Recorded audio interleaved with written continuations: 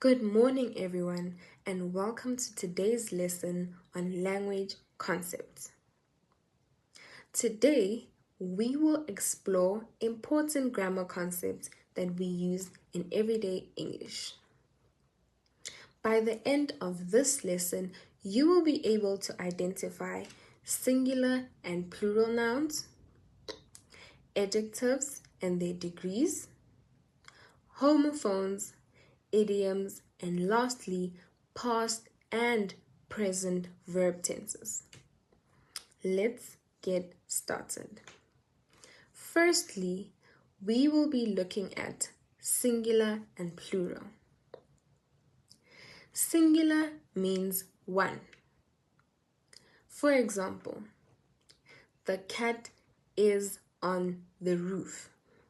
Notice how the word cat is in singular. Another example would be the book is on the table. The word book is in singular form. Moving on to plural. Plural means more than one.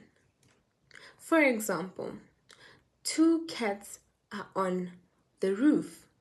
Notice how the word cats is in plural form. Another example, the books are on the table. The word books is in plural form.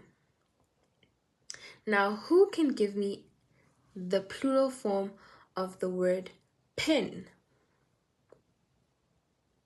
Correct. The plural form of the word pen is pens. Moving on to adjectives.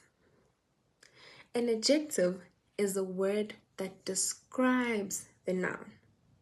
For example, the tall girl is playing. The word tall describes the girl. There are different kinds of adjectives, namely the descriptive adjective. For example, a happy child. The word happy describes the child. Number 2, quantitative adjective. This kind of adjectives give quantity. For example, I have 3 apples. Moving on to the demonstrative adjective. This pen is mine. The word this gives demonstration. Number 4 is the possessive adjective. My bag. The word my gives possession. And lastly, we have the interrogative adjective. Which book? The word which interrogates. Now, as an activity, you need to point to something around you and describe it using an adjective.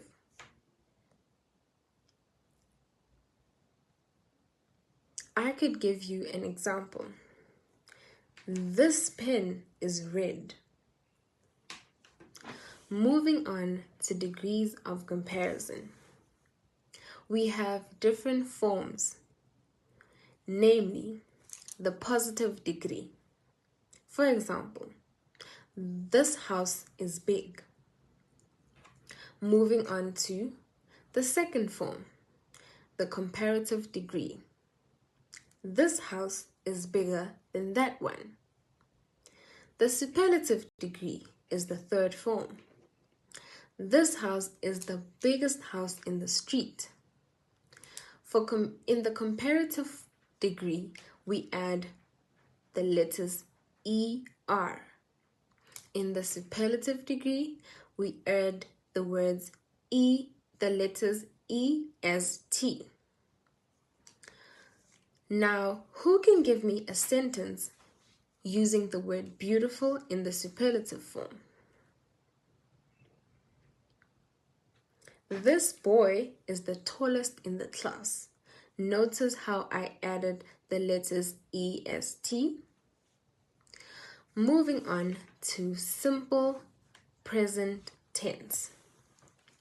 Now, the simple present tense is used for habits, general truths, and schedule. For example, I wake up early every day. This is a habit. Example number 2. The sun rises in the east. This is a fact. It is a general truth. Example number 3. I wake up at 9 a.m. for school. That is a schedule. Can you make a sentence in the simple present tense about your daily routine? That'll be your homework for today. Moving on to the simple past tense. The simple past tense is used for actions that have happened in the past. For example, she walked to school yesterday. The verb walked is in the past tense. It indicates that the action has already happened. Example number 2. I ate pizza last night. This sentence has the verb ate. Ate is in the past tense, indicating that I have already eaten the pizza. Now, can you give me a sentence using the past tense verb played? An example would be, I played netball yesterday. The word played is in the past tense. Moving on to homophones. Now, homophones are very interesting.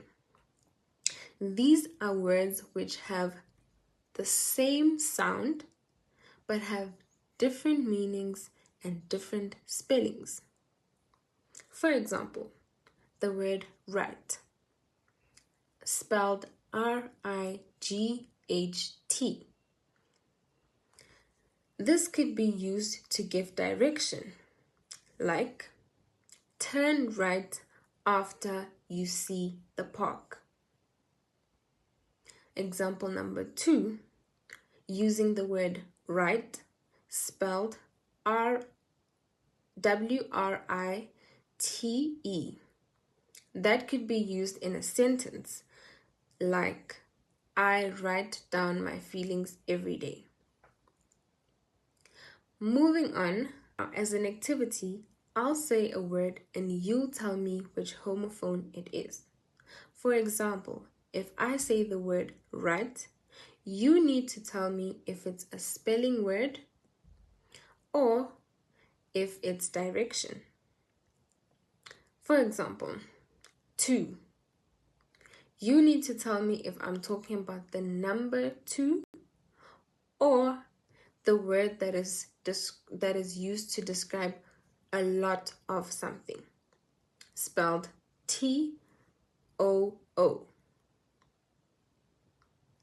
Let us begin. For example, hole. This could be a hole that you can dig, spelled H-O-L-E, or a whole number, spelled W-H-O-L-E. Now, these words sound the same but have different meanings and spellings. Moving on to idioms. Idioms are phrases that have different meanings from the literal words. They do not mean exactly what is being said. For example, break the ice. This means to start a conversation and not to literally break an ice. Next, we have spill the beans. You do not literally have to spill a can of beans, but this means to reveal a secret. And lastly, we have hit the sack. This means to go to bed. Now, as homework, you need to think of an idiom that you have heard before and explain what it means. Today we learned about singular and plural, adjectives, degrees of comparison, past and present verb tenses, homophones, and idioms. Language is quite important because it helps us to communicate clearly and effectively. Thank you for joining this lesson. Well done, everyone.